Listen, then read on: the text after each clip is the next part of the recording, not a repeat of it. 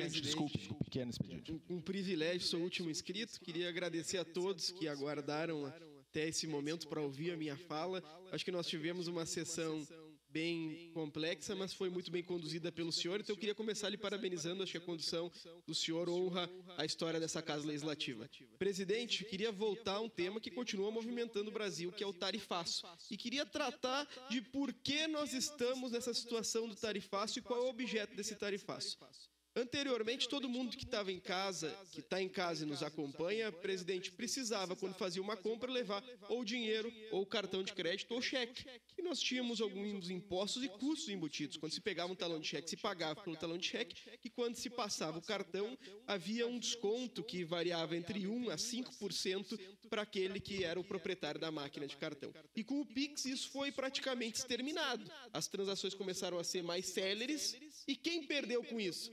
Quem perdeu com isso foram os grandes bancos, os grandes operadores do sistema financeiro, e em especial as bandeiras de cartão de crédito e de débito.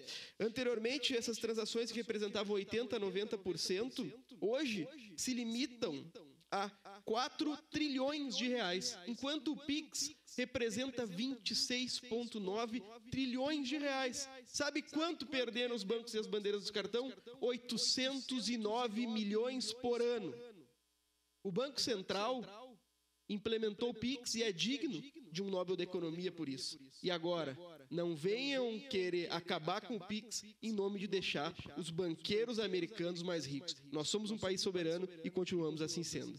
Outro tema, presidente, antes de vir a essa sessão legislativa, eu tive a oportunidade de estar na Marco Polo para verificar as alterações viárias do local, em especial a saída da avenida principal e a chegada até a BR. E aquilo incomoda todos nós. Ninguém mais aguenta a saída de Ana Rech e entrar de Ana Rech. E eu fiquei buscando saída, tive a oportunidade de conversar com o nosso vereador Capitão Ramon, que é muito dedicado nesse tema, para verificar quanto custaria um viaduto na saída. E ele me falou que se fosse de uma alça, exclusivamente a saída de Ana Rech, 7 milhões. Se fossem duas alças, o valor de 10 milhões. Os deputados federais do Distrito Federal destinaram a uma ONG desenvolvedora de jogos, somente entre os anos de 2023 e 2024, um valor superior a 40 milhões de reais para desenvolver jogos. E nós e os trabalhadores da Marco Polo não conseguem sair de lá, vereador Edson, por causa de 10 milhões de reais. Em uma prefeitura que tem um orçamento de 2 bilhões de reais. Não, com as autarquias. Bom, nós seguimos sem realizar grandes obras. E a saída de Ana Rech é algo necessário. É algo que garante mais qualidade de vida para as pessoas que demoram 1 hora para sair do seu emprego e chegar no charqueadas de ônibus. A gente precisa tratar disso. Emenda parlamentar é um roubo institucionalizado. Vamos verificar aqui, ó, qual é o interesse do deputado Fred Linhares em destinar 27 milhões para uma ONG para desenvolver jogos. Por favor, eu vivo falando que nós somos aqui, embora divergentes em 90% das situações, somos honestos. Isso aqui é inaceitável. E para finalizar, presidente, eu sou defensor da liberdade de imprensa, combatente da censura.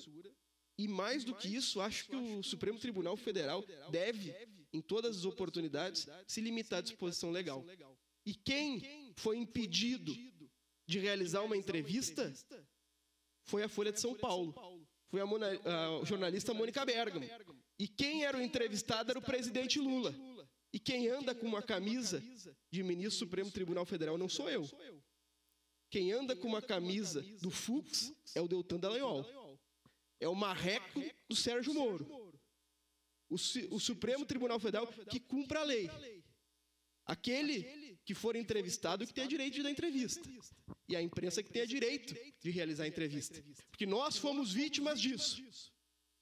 Nós tivemos que entrar na justiça e tivemos o direito negado pelo ministro Luiz Fux da entrevista do presidente Lula. Simplesmente por opinião. E eu sou contra um condenado a ascender à presidência da República. Por isso, eu quero Jair Messias Bolsonaro imediatamente na cadeia. Obrigado, presidente. Obrigado, colegas queridos.